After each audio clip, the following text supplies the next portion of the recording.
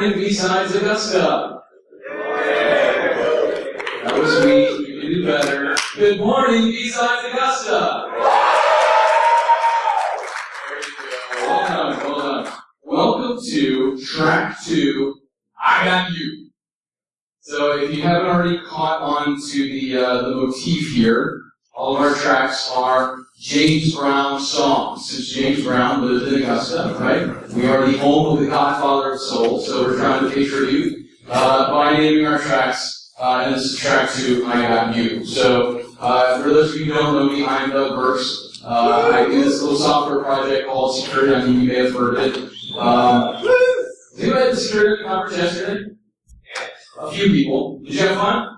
Yeah. Has anybody seen our dinner table out there with Onion Arcade? Did you play the Onion Arcade? You got to. Okay, before the day is out, you got to get over there and play some Onion Arcade. Okay, so we have some giveaways as well. So, and not just Security Solutions, but we have lots of great sponsors. So go and make sure that you stop by those dinner tables, say hello, maybe even take a business card or something like that. But let them know that you're thankful for them sponsoring BSides Augusta. Our sponsors are very important. We do want to say a big thank you to Augusta University for providing these amazing facilities. So give it up for Augusta University.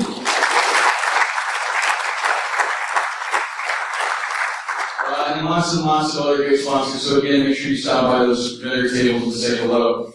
So our first talk this morning is a very good friend of mine, Mr. Chris Sanders.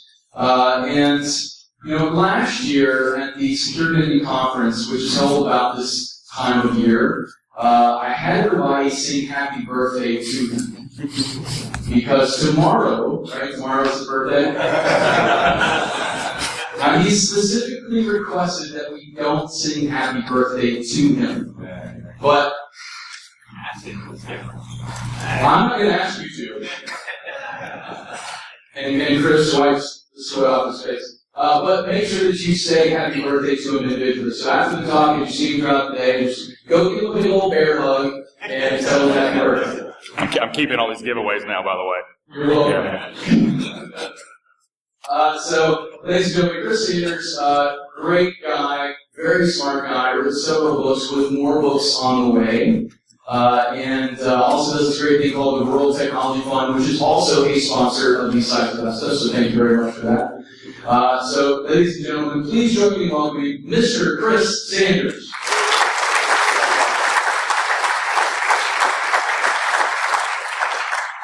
I also want to say thanks to Doug here. I feel like every year it's always Doug who has who gets to announce me, and I had every time I was security today, I was in a huge word as well, and that was taking a minute, and so was this. We just have a round of applause for Doug.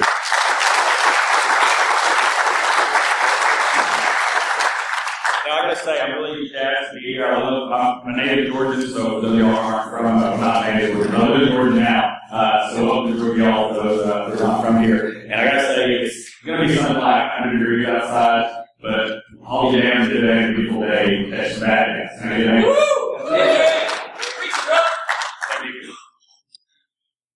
So I don't need early morning talk, so we've got some stuff to give away here, so I'm going to go ahead and give something away early, since I think at least half of you might still be a little bit asleep, and that's fine because coffee and whatnot.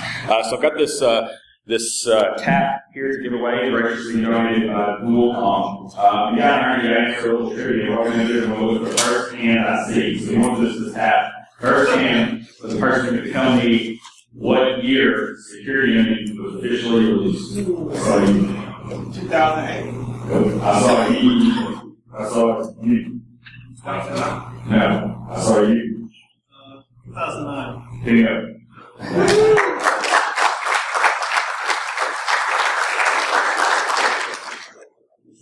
Answer is 2009.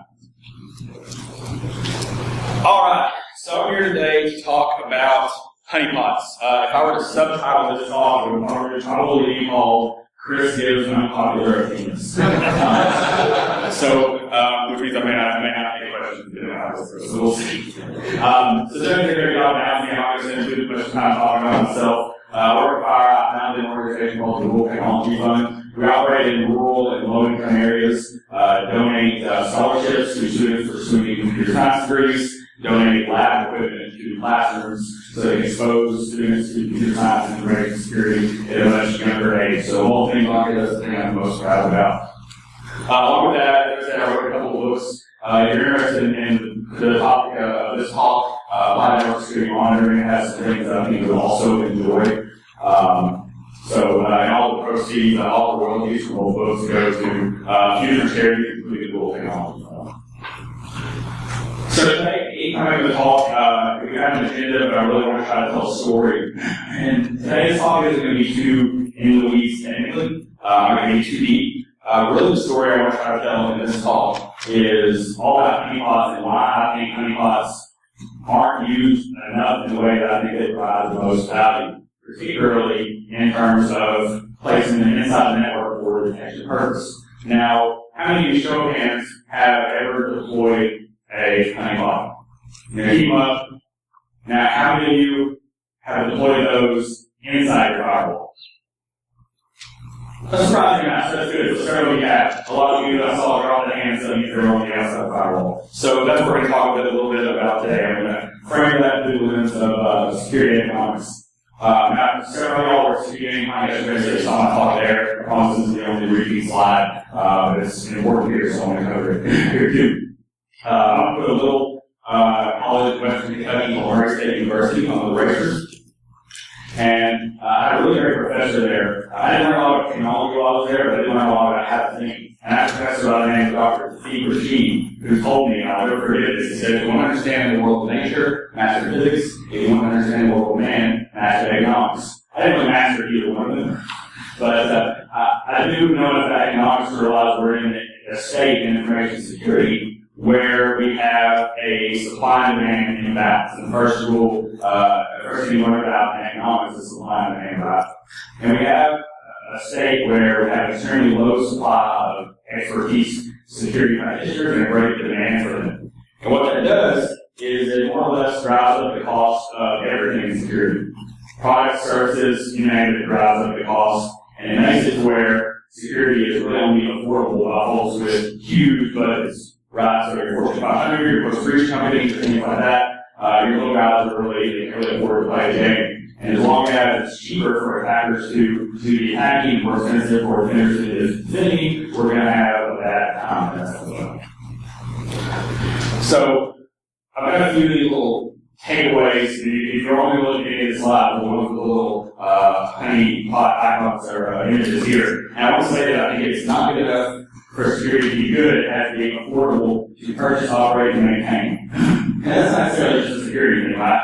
There's a lot of technological innovation that happens that never sees the light of day because it's not cost effective. We've had people building electric cars for a really, really long time. They're just now coming into the mainstay because you can actually afford them. They can afford to reduce it and buy them for the average consumer. That's what we're getting. We've had space travel for many, many years. We're just now getting to the part now getting to the time where the space travel has been the cost has been brought down where we can actually start to get to a place where we can afford to ship things to space. So that's pretty neat. Now this is a slide where I make a lot of people angry. So NSM is no different in terms of economic problems we face. We have a lot of different solutions out there for NSM. So when I'm talking about NSM, I'm talking about the collection, detection, and analysis of security events, catch data out of the networks for safe and secure. So we have a lot of technologies. I've got this grid up here, and I call this the grid of cost effectiveness. I'm not going to name this. So as you can see, we have different squares here, and we have effectiveness. It's far to the right, it's more effective. It's all the way to the left, it's not very effective. We have cost. It's down low, it's not very costly. It's up high, it's very costly. Ideally, we want things in the green box. Worst case scenario, we have things in the red box. So there are a lot of different technologies out there. So I said to myself, where would you place many of the technologies that are out there now? With the assumption that you're taking the time and investing in them, everything you need to make them as effective as they probably can be.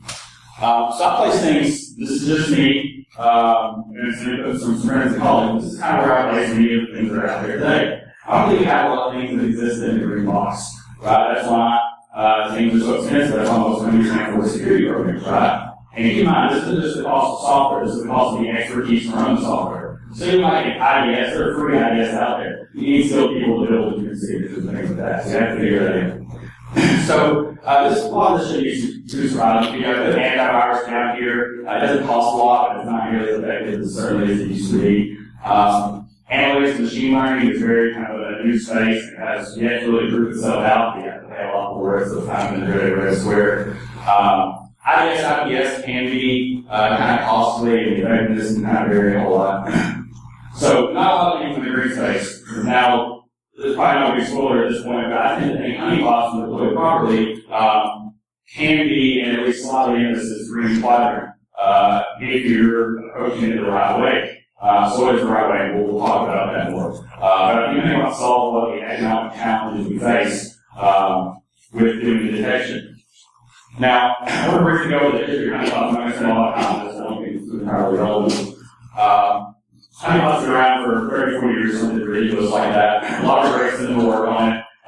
Really came out of large organizations, defense, a lot of academic papers that are no fun to read, and I would really recommend. A lot of great books here, even famous postal work here, mentioned some honeypot type things. All good stuff here. We have the HoneyNet project, that you're familiar with. Lots of good development still comes out of that. They have some stuff that people summer code and open right now. And Honeybee was probably one of the big, first, really prolific honeypot software applications that you can deploy on your network. Now, a traditional honeypot, very simple concept. It's usually just a piece of software or an operating system designed to be attacked, intentionally vulnerable, and primarily used for specific research purposes. A lot more of those research purposes existed back in the day where we were really primarily concerned with like self-propagating worms and things like that. You go outside the firewall, you see what attacks it, and you kind of use that to gauge how worms are proliferating and spreading across the network. So, long story short, it's trapped. Architecture really mostly looked like this, right? So we have your internal network, your firewall, and honeypot sits outside of it, kind of fly open in the on the internet, and what attacks it, you use that and the signatures also. So that's generally what traditional honeypot architecture looks like. So now I looked at that, how much it forget because I think one of the biggest problems with people thinking about conceptualizing honeypots or potential use is they grasp too closely to the traditional notion of a honeypot. Medium and high interaction things, etc. And so a lot of, I've put some tweets out there, kind of leading into this talk recently, and you should have seen the reply, like, this doesn't make sense, it's all this bad stuff. And so I got a few different things that came with that, right? And these are, to some degree, what I would call myths. Honeypots take a lot of time to maintain. Honeypots introduce tremendous risk related. Attackers can use honeypots as a foothold. They can compromise it and use that to attack other things in your network. And four is that honeypots are only for the most security mature organizations. Now, I say I even believe some of these until very recently. Matter of fact, in applied SM, number 4, I wrote it in there. I said, unless you are at the pinnacle of security maturity, you should not invest in honeypots. In my opinion, my decision changed on that as I've begun to do more of this myself and see others do it with great success. Not to say that you should start with honeypots, but I don't think you should. But you don't have to be working for the NSA or for large government organizations or Fortune 5 to be able to do this successfully. So what I want to do is, again, kind of leave behind your traditional concept of what a honeypot is, and let's try to build some knowledge of what we think it could be given the current honeypot landscape. So we're going to leave that aside and talk about honeypots for NSM. Now, the main premise of NSM honeypot is simple. A honeypot is not a production system on your network. It serves no actual purpose other than to catch bad guys. So, if anybody ever talks to a honeypot, it is an alert-worthy event.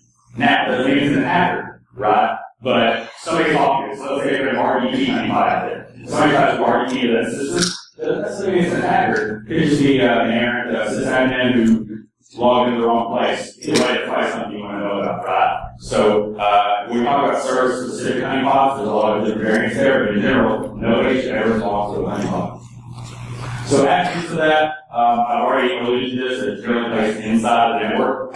The goal is to mimic the existing systems. So if you have a bunch of SQL servers, you have a SQL honeypot. If you have a bunch of web servers, you have a web honeypot, RDP, etc. lots of different options. Almost always, these are going to be low interaction honeypots. They are not operating systems. They're not fully blown installations of various different tools and services. They are software designed to look like them. And one of the things they get here is, well, if one design looks like something, it isn't that thing, an attacker will be able to figure out what it is. And sure they will, but if they're already connected to it, at that point, who cares, right? And again, nobody's sure about the honeypot. By the time it connected to it, you've already generated an alert. You can already start investigating that in the way you investigate any innocent type alert. So even if they can figure out what it is, who cares?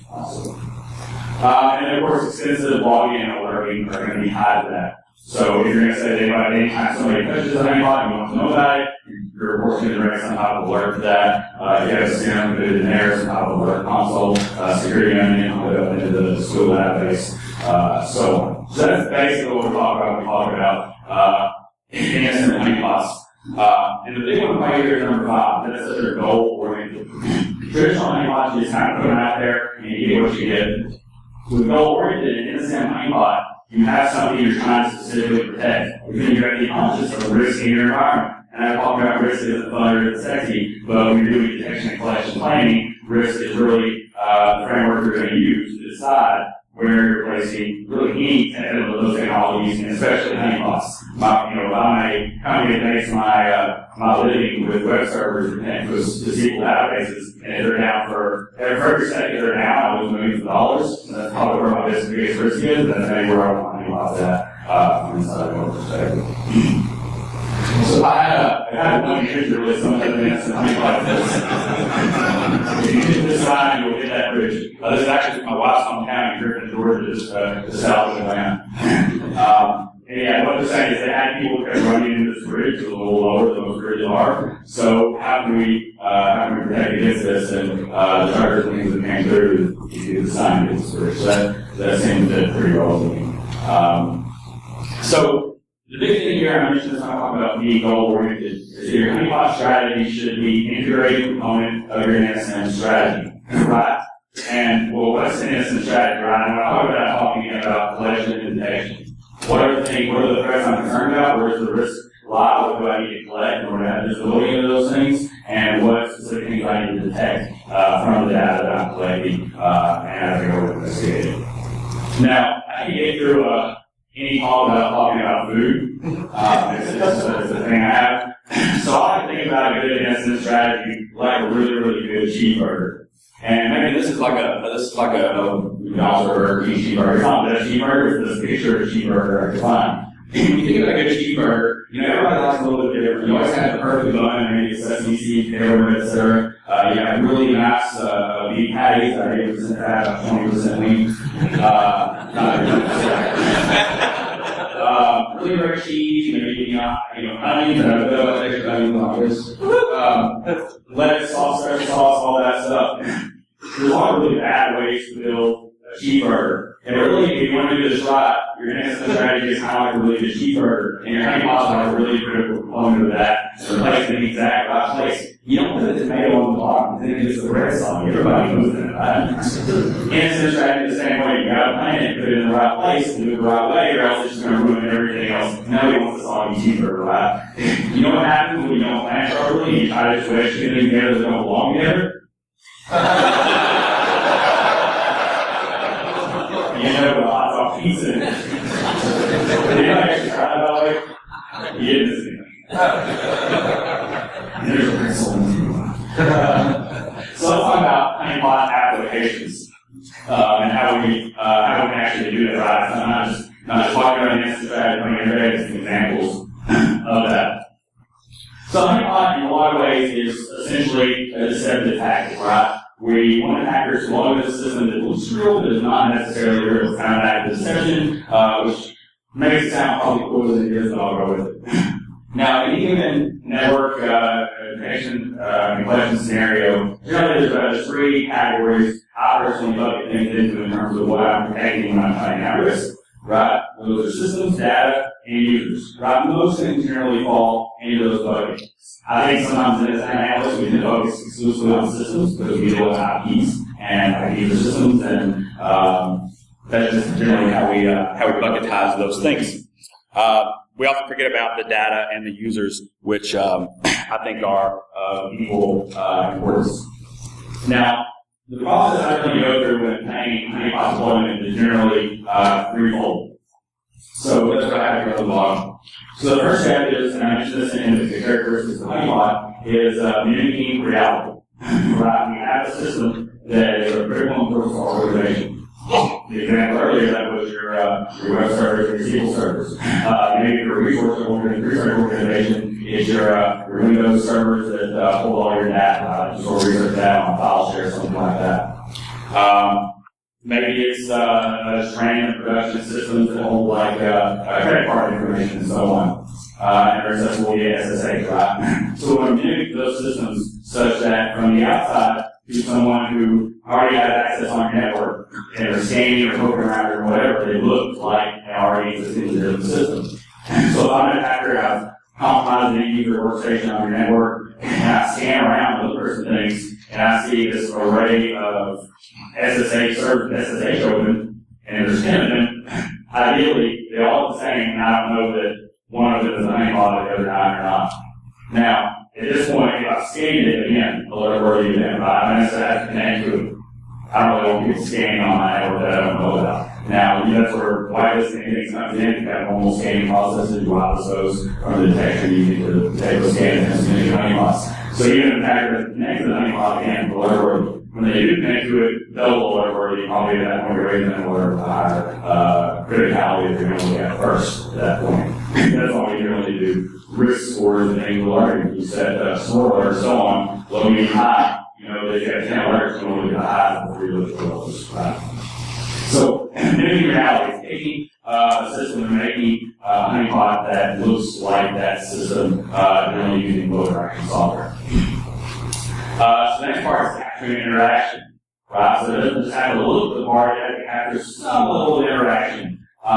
In some degrees, like with SSH honeypot, someone just scans it, so if you get a send from somewhere and SYNAC, etc., that's enough in a lot of cases to alert. But it's absolutely more than that, right? It's not enough to just say that they connected here. We can say that they connected here and they use this username. That's helpful too. If I've got an SSH honeypot out there and they connect and they use legitimate user's credentials to try to log in, even if you don't process that and act like it's an SSH server, at that point you may actually know what credentials they compromise, you can trace them back to those hosts, and that's certainly helpful. The more interaction you can capture, certainly the better, but this is under the guise of a low interaction model that you're not using an actual operating system. So your SQL honeypot is not actually a Windows server running SQL server, because we don't want to get into the realm of being legitimately compromised, having all those patches managed, etc., and then the attacker actually using those low interaction tools in here. So we're capturing that interaction, and then we're generating an alert. Some of these tools will do that for you. They'll generate some type of alert in a database or some type of syslog message or something like that you can send to whatever alerting console you have. Others, you might want to pair it with something. So you have, go back to the SSH example, and you wanted to take the house when it connects to it. Maybe you're here in that interface, maybe you have some more running locally, or running locally here, and then you're in that interface somewhere else, whatever. You have some rules that are detecting that and generating the alert. It doesn't really matter as long as you're getting the alerts you need to, but you have to consider whether it's the built-in functionality. And even if it's not, that's okay because you can get that functionality elsewhere. So that's really the phase you go through. Moving around, capturing interaction, generating the alert. So let's look at a couple examples here. We'll start with systems. So that's generally the easiest. So in this case, we currently have a bunch of Windows systems running RDP, and that's really where our risk lies. We were doing Windows shop, and we can all Windows servers, all this scientific app, or something like that. So that is going to mirror those Windows systems that make a person connecting to them via RDP look like it's Windows. Right? Now, there's a lot of different tools to do that. I don't talk about tools a lot here. I'm going to give a big page with a list of a bunch of tools to get into this, and I'll share the slides so everyone will have that. But we're going to play an RDP honeypot. Two of the ones I really like to do in this are Tom's honeypot, which was written by Tom Liston, who was a coworker of mine. I worked at Guardian, super brilliant guy. It's a little Python honeypot. You can have it running in like 2 minutes. Another Open Canary, the folks at States. They actually make a commercial honeypot product, which is pretty nice. And basically those things, again, just look like RDP system, RDP-enabled systems with an hacker doing scanning. You can actually connect to them, and we'll grab some credentials and things of that nature. So that's where you're making reality there. In this case, both of these tools will actually set your credentials and capture those as well. So you're making reality and have different action set happen in the same place. And then you'll generate an order of those to your SIM or you to managed service provider, to their SOC, or your SOC, or somebody's SOC, etc. So that's probably one of the more simple examples of how to use honeypots to generate detection related to systems. So what about data, right? This is the often forgotten thing, is that really most of us are in the business of protecting data, not systems. Most of our companies, for that matter, are in the business of creating data, depending on the industry you're in. We often think of we're a research company, but we're actually a data company, for instance. To protect the data, right? So let's say we have a bunch of HR data in spreadsheets, right? That's a pretty general thing that most people have. You know, we have big fancy CRM systems and whatnot. All our HR people still put things in their spreadsheets and store them on all servers, and it's unfortunate, but that's where we are. So in this case, we deployed HoneyDoc, what we also maybe know as a Honey token, which is essentially a document sitting amongst all the other documents. It's got a really nice name, like come to your social security numbers here, payroll data, employee data, something that looks juicy. So the idea is that an hacker gets in there and they start pulling those documents here. A lot of the hackers will, for whatever reason, open them straight up from there, and they have already access, so they're just going to know what they open it, look what's good, so they can answer everything they want. Before they wrap it all up, they pull it back to another system to open it. So what you can do is embed a webhook in those, which essentially phone home. So that's one of the ways you do that, which is essentially like a hidden like a one-by-one pixel image with a reference back to a public-facing web server. So you're logging at that point on the web server access events. So if they pull back to the network, they open it. Hackers have notoriously bad offset, which is great for the blue guys. And that connects back, and you have the ability to see where that's coming from, and just by very nature of getting that into the document, they can take it. You also have the option of using OS file access monitoring, so just by nature of someone accessing that file, or that they're doing anything to it, renaming it, deleting it, whatever, getting notifications for that. So that's another way, and of course, generating alerts, different ways to how you do this. So that's protecting the data. To me, this is one of the simplest things anyone can do right now to start using honeypots. It's not honeypot in the traditional sense, it's honeypot, so to speak. This is the thing you can do. And there are online services, like the company I mentioned earlier, things, they also have online services where you can go and like, they'll create these for you, and you can do them that way. We talked about how to do it in ISM too, so there's an example of that as well. It's very easy, just matter of creating a file, put it in the right place, and then just a little bit of infrastructure, and all of this and all of that. So protecting the users. We think of users, we generally think of credentials, right? It's not when we take users, it's really thing most users have access to most of the time. So there was a great research paper that came out by some very own Mark Baggett. He's on the Reverend side, I think, shower page one directly. They wrote about honey tokens or credentials. So if you ever use using hacks to dump credentials and like Contest or something like that, SLOU. Right, so more or less, you can generate user accounts that are more or less known user accounts with credentials that don't have access to anything that are cached on your endpoints. And when someone comes in and they use mini-hacks, there's an in-memory existing pure text version of their credentials. And you can look for that using a tool called BSides, which is a secure works tool. And when you see that, you know those credentials have been dumped, and that's probably used, and you can do some alerting on that, right? So that's kind of one of those more creative solutions looking forward to get set up. At that point, you're taking users and looking for those credentials to be not a real user, it's a honey user, so to speak. It gives you that ability there to generate those alerts. So, we'll get close to wrapping up here. Decently okay on time. So call to action. So really my goal here, again, I didn't get too deep into the weeds because this isn't really what I was trying to do here. It's more debunking myths. of folks who are afraid to use Honeypots, because I personally use these, seen these in action. They can be very effective. As an analyst, I'm a lifelong analyst at this point. Signal to noise ratio is what I spend most of my time dealing with, right? Tuning IDS is not a fun job. It's not an easy job. Overload alerts. Honeypots are one of those ways that gives you a lot of really actionable alerts with really little effort and really little tuning. And as an analyst, several of your analysts, that's kind of what I want to spend my time investigating things that matter, not things that don't. So this is the part where I get broad overview statements and come back and find me later in life. So in this case, I generally am a believer now, I wasn't this way maybe a few years ago, that your incident strategy is incomplete if you're not leveraging Honeypots, Honeypot infrastructure for detection in some way or another. Again, that doesn't mean you start there. That doesn't mean that has to be the super elite of what you're doing. Everybody can use Honeypots in some way, and I'll leave through some of the examples and provide you guys some ideas of how you can do that to be effective in providing better detection in your network. So, challenges. And I think I have challenges here for everyone. If you're an analyst in the room, start looking for implementation opportunities. One of the biggest things that's going to drive acceptance of these is more people telling other people about how successful they were.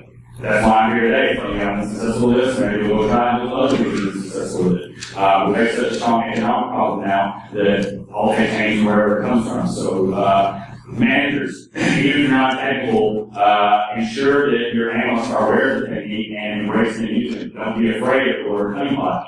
I've had a long career of asking people to deploy Honeypots in various jobs and telling me no, and looking at me like I was an idiot. Right? It's very interesting when you go from my military work to commercial work. I spent a lot of time working for the Army. When I was working for the Army as a contractor, I said, listen, guys, I want to deploy these Honeypots. They just looked at me like, I get out of here. Then I went to the Navy when I was working for them as a contractor, and I said, listen, guys, I want to deploy these Honeypots. They were a little cooler. They were like, all right, you can deploy them, but you can't call them Honeypots anywhere. Like I just handled the documentation, I just use the word Honeypots. Okay, that's something. And as I got into the commercial world, I've had a lot more acceptance of that. People are looking for any solutions that they'll have analysts or suffering order for you as well. Some managers ensure that this technique is part of your analyst tool. Vendors. I work for a vendor. I tell this, I've done this all the time, but if you work for a vendor or are one, start looking at ways to develop affordable Honeypot-based solutions. People are already doing this, right? And applying SM, I wrote the chapter I wrote on Honeypots, I called them Canary Honeypots. There's a company out there called Canary that does this, but the only thing they really do is Honeypot software. I'm using the term now because I don't want to conflate it with what they're doing, but there's more than one company out there providing Honeypot solutions. Not only that, a lot of them are providing very cheap, like throw Honeypots on a Raspberry Pi and plug it into your network somewhere with really minimal configuration. It's like a 5-minute setup thing. You got your mimicking reality, your capturing interaction, your generating alerts all in one. And that's super cool, super accessible. And for a lot of people, we talk about open source and how open source is here. And I love open source. For a lot of organizations, culturally, they're just not going to embrace that. So they need commercial solutions to drive that innovation. Right, I call it the NASCAR innovation model. None of us drive NASCARs, but all the cars you drive are, and the safety that's within them is because the NASCAR teams built all this and they got commoditized and shared out for use by the rest of us who drive normal cars, right? So the same thing as the vendors develop things, that technology will spread, open source will cling on to it more, and already already open source solutions, and drive innovation. It's kind of up to all of us to drive that innovation, whether open source, vendor, etc. And that's pretty important. So I mentioned I'm going to add some software recommendations here. Just a few things that I've used personally that I really enjoy. So I've Honeypots listed. I mentioned Tom's Honeypot, the Thomas integrated open canary, SSH Honeypot, or unique Honeypot, canary focus. Learning technology, some of these things will learn on their own, some will not. Of course, all the great learning stuff is there. Most of this you can find on Security Union if you want to do open source thing, and you don't have to waste time setting it up. It's already there for you in just a few minutes. And management, this is one of the things I think is often forgotten. We deploy a whole lot of Honeypots all over the network. Configuration management is a real problem. I have a good luck working with a lot of really great DevOps people, and I learned a lot from them. If you work with remote DevOps people or without those crowds and those forums, you can learn a lot about managing configuration managers doing these things, things like Ansible and operating things and chef and all that good stuff. It makes a lot easier. And it's really just a good idea to be friends with off people that don't make a lot all around. A lot of other stuff out there. I'm not trying to all these like ones. There's a really good list there. From this GitHub, which is a ton of them. There's like a few hundred listed. Some I will go on in plus, but I gave a bunch of these that I know are more popular here. I'll release the slides somewhere. But there's a lot of different options if you want to get started with Honeypots. Again, all low interaction, purpose-driven stuff. So that's pretty much it. I think I got rid of time for your questions. If anybody has them, so I'm happy to take questions or just some robo piece things that need to get There's something of embedding web bugs. It's fascinating. Can you go into that a little?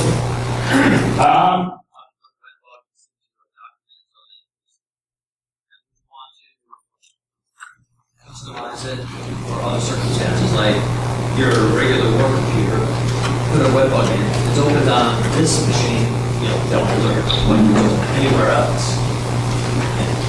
Yeah, I mean, webhooks work. They work pretty well. I don't want to get into too much of that how-to right now. Let's talk afterwards. I don't want to go too deep. But I do the book has a way out on how to create a pretty simple one. Honestly, the web-based creation tools, like the Think tool, does a lot of hard work for you. You can customize it to your own needs. They put the web bug in there, and you might make it look like your own visualize and all that stuff. But grabbing afterwards. The question was just about the work rank about web bugs. Sanders, Jason Smith. Hey, guys. I figured these mics work, so kind of hear the question. You have a pretty large interest in like analyst psychology and things like that, and you work with a lot of pretty mature people as far as the industry. So a lot of them will accept the answers that we can get over. The old hat kind of ideas that it's not safe and things like this, and they can safely set them up, but they still kind of fight back, follow like the whole Twitter debacle that kind of happened with people still arguing that you're never mature enough to even consider honeypots. You have other things to worry about. Why do you think, from a psychology point of view, these people never, they don't really have the full reasoning out there themselves? So I'm curious if you had their reasoning, maybe. Well, first of all, I'm really surprised that this question is always a huge troll. Which maybe I know. Hold on 1 second. So I'm a psychologist, but I mentioned I'm getting a PhD, working on a PhD in clinical psychology, and in the middle of that, and I kind of laugh a little bit about it, but it's fun. I'm learning a lot. I think that if there's anything I've learned in my research so far, is the mind exceeds what it expects to see, and that kind of is pervasive across everything we do. So mindsets are very quick to form, but very resistant to change. So many of us already in this room, especially folks who know stuff, have already formed an opinion on us. You've heard them, you know that, you've heard horror stories about people deploying them incorrectly, and that thing's happening. And I think all of that, people have a healthy fear. And I would say that not only fear, it's probably a healthy fear. But at the end of the day, we're talking about low interaction stuff, and it's ultimately just software. And we all know how to deploy software on our networks. Maybe not we all, but we should know how to deploy software on our networks and keep it maintained and keep it secure. And Honeypot software is no different than any other software deployed. It captures network interaction, it does some things with it, and sends some things out, right? This is we use the word Honeypot, doesn't make it some unique special stuff. It's going to have vulnerabilities, right? Sure. You do know source stuff, or you can hash those on your own. But I really think it's a matter of just preconceived notions about honeypots, mindsets being quick to form or resistant to change, and people seeing and hearing and interpreting things as they would expect to interpret them. Does that answer the question? Yes. Okay. Rob. Hey, Chris. All right, so Rob Lee, I was involved in the Twitter debacle with you. So, given... They only called me a few years now. Yeah, I'm going to practically make a statement, but word it like a question. So, I appreciate the huge fan here in general, and all this is stuff that I would teach my students. It's stuff that I plan to use, like recorded video for sure. So I agree with everything you're saying, up until the point on the it's just a bias perspective. Some facilities aren't well suited for it, and I don't think it's a bias perspective, it's an understanding of priorities. So specifically working in the industrial control system space, there's no way that would ever encourage an industrial control facility doing power, electric, water, etc., deploying out a honeypot in their environment. So I think just for an aspect on, we didn't get to have a full conversation off of Twitter. Now that we have each other in person, what are your thoughts on certain industries not being able to do it for safety reasons, not so much cognitive reasons? Sure, yeah, that's a good question. I answered that specifically from the psychological perspective, but what I also learned in psychology is that, well, it's like I said I made before, we want to understand, humans understand economics, right? I think it's all about economics too, right? Most of these ICS networks, you're going into them all the time, and they barely have enough staff to keep things running as it is, right? Security, you mentioned in your talk yesterday, which is a fantastic talk, talking about their number one goals of operations, and when more outages are caused by squirrels and cyber attacks, that's what they're going to spend their time defending, right? So, network security and ICS is just really, people are just now experimenting on people's visibility. I wouldn't expect them to be broaching honeypots. I do think honeypots can be a good idea in an ICS environment, with the right folks in the right places. But I respect the fact that there are certain industries that have different priorities than what a lot of us are used to, and because of that, they're struggling to do some of the other things right, and they got to focus there before they think about these things for sure. So I agree. Hey, Chris, Brian Gibbs. When it comes to how many people in the organization need to know about the honeypot versus how many think they need to know, have you come across the topic of OPSEC or operational security and had some of those barriers or perspectives, maybe the asset management folks or people that maybe they don't have that compartmentalization mindset? And have you seen resistance to the idea that only 3 people need to know about this? I'm not sure I fully understand that. Yeah, absolutely. So my perspective is if you're deploying a deception platform, that we probably don't want to put a lot of documentation out there that might proliferate around a large organization, so that that itself could be footprinted. So I was just wondering if you've come across that OPSEC concept in this and whether you find it relevant. Okay, yeah, absolutely. I understand now. Yeah, that's certainly the thing. You don't want, if you've got, especially like document honeypots out there, you don't want every employee knowing about this because they're going to treat them differently, maybe put them in their own folders. And I didn't want to be hidden amongst the crowd. I don't want people to do that. Now, I don't think it's too much concern in the sense that the first time you have an employee accidentally opens a honeypot and then they get called on the spot, they're pretty much going to learn at that point what they did wrong, and that's kind of the best feature to some degree. Obviously, I'll take the concern with stuff, but again, in most of these cases, once the attacker does anything in relation to it, you just sends a send packet to it, your cyber system should be hacked a little bit. So the thought of having to mask honeypots too much or prevent them from looking like honeypots isn't as much of a concern, I don't think, when you're doing this style of interactions on the wireless. Hey, as far as ISC and honeypots, they actually do have ISC honeypot. It's called Conpot, and I thought it was interesting that. Is there? Okay, just want to make sure. No, yeah. It's there, and they do deploy it. In the honeypot conference I was in this year, that was one of the big discussions about ISC and honeypots. Yeah. I thought I saw Rob there. Yeah, I spoke there. It was about research honeypots, though, not deploying them internal to the ICS environment. So I don't want to. We can talk about it after. Okay. John Bradshaw. I noticed up on the list there's probably a little over a half dozen commercial vendors now that are entering the deception market space. I didn't see them up on the list, and a lot of customers are clamoring for a high interaction capability, even though they're probably not well equipped to deal with the information they'll pull out of that. What are your thoughts on the commercial vendors coming out and where they're going with the technology? I'm not as familiar with the commercial high interaction stuff, but I'm really believe I work with a lot of companies and organizations and since coming here, but I was like the thing with the socks, what I really think are good at high interaction honeypots inside the network and those to the degree that you can manage. I can have that on that's high interaction honeypots bring a whole different story. They're actual functional operating systems, actual functioning applications. And I know you're trying to do a lot of those things now, but at that point, if you're managing an operating system, the question you ask yourself is, do you trust that vendor to manage and operate a system within your network, right? And maybe that's great, maybe you don't say, I'm not familiar with the system, so I can't speak to that as much. But I mean, that is, when you enter around with high interaction, you're into that whole new kind of realm of problems. Anybody else? What's one of that?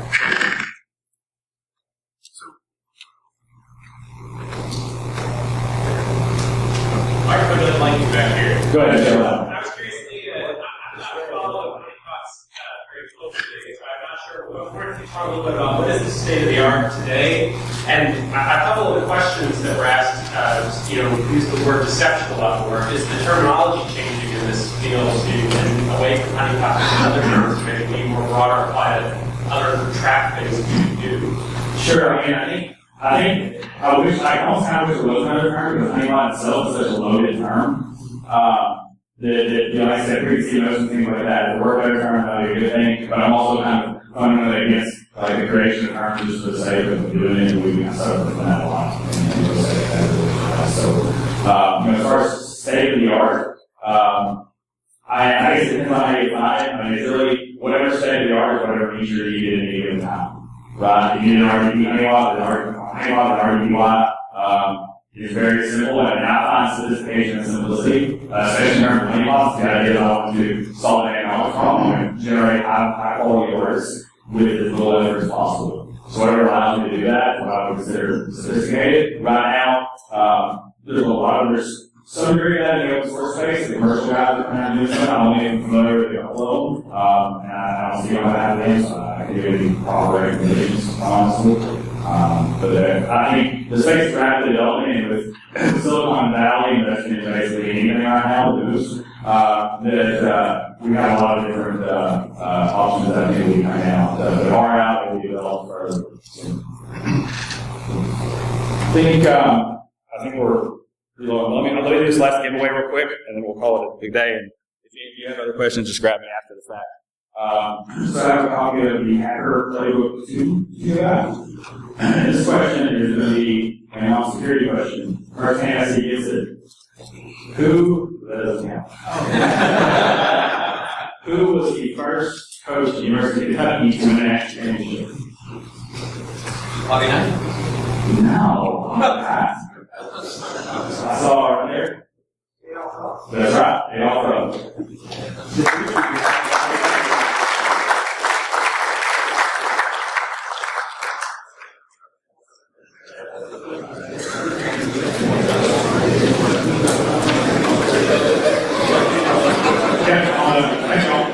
Everybody give it up for Chris Singer.